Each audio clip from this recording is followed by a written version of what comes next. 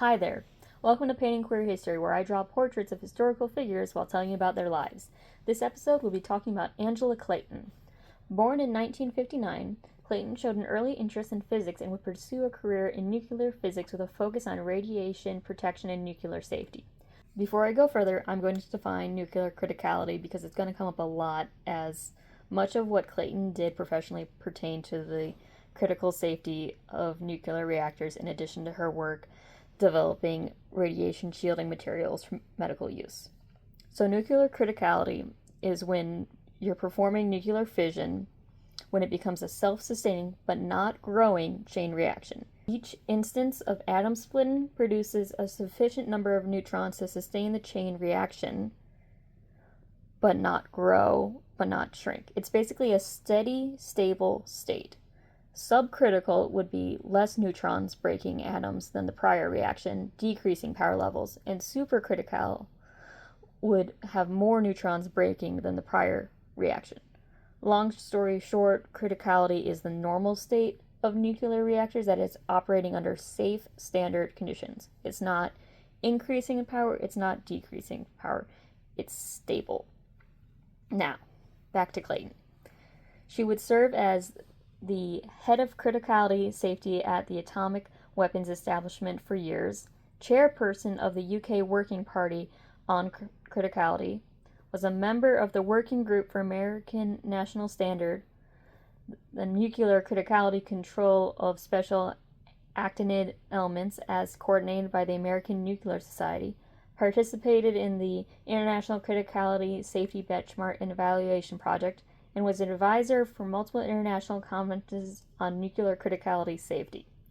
In addition to all of these organizations, she authored and co-authored many papers on nuclear criticality safety. In her field, she was well remembered as being determined that safety measures be established and implemented. Her transition would cause her to be one of the first openly trans professional physicists.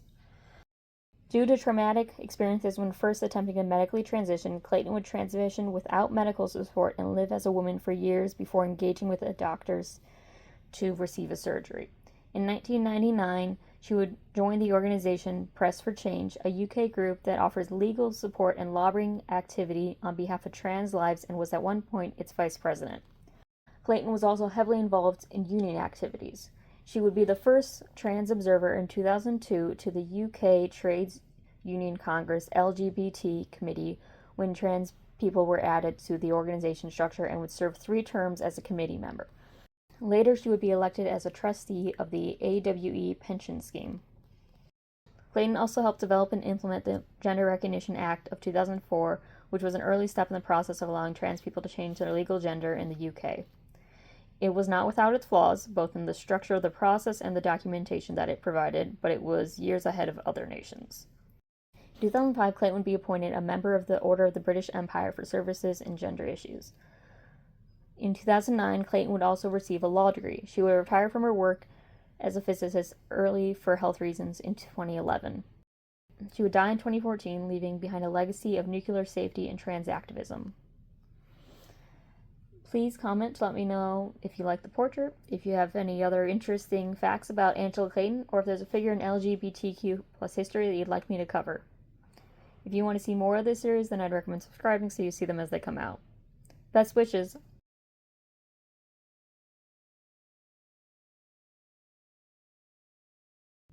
Bye!